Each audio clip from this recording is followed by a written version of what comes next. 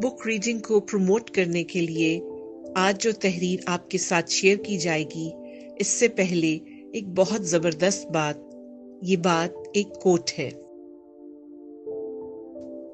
In the case of good books, the point is not to see how many of them you can get through, but rather how many can get through to you.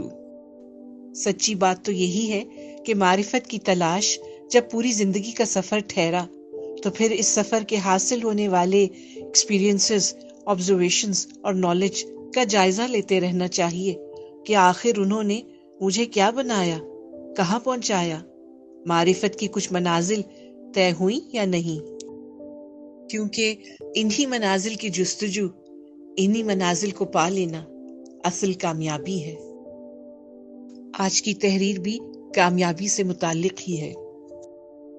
ये तहरीर एक वसीयत है जो मुसन्निफ ने अपनों के लिए नसीहत के तौर पर लिखी। वो लिखता है, दुनिया के और तलाश माश के, अदायगी हकूक के सारे काम भी एक अमानत हैं। इन्हें पूरी ईमानतदारी के साथ करो।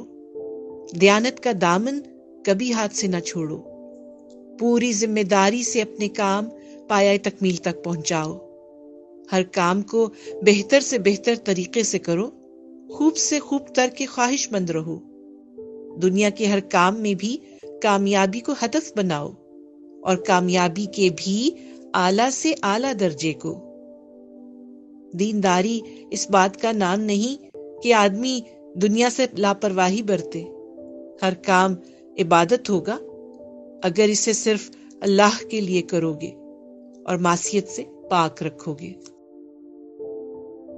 तहरीर से मुताल्लिक मेरा हासिल मुताला ये है कि काम तो हम सब ने करने ही हैं, लेकिन काम करते हुए नीयत अगर आला होगी तो काम भी आला होते चले जाएंगे। किसी ने कहा, perfection is not attainable, but if we chase perfection, we can catch excellence. ये भी कि जब कहा जाता है कि where focus goes, energy flows, अगर ये बात ऐसे ही है और फोकस अल्लाह हो जाए, तो फिर मेरे और आपके रोजमर्रा के मामलात, रवैये और काम बहुत पॉजिटिव, बहुत प्रोडक्टिव, बहुत कंस्ट्रक्टिव वेव्स लिए हुए होंगे।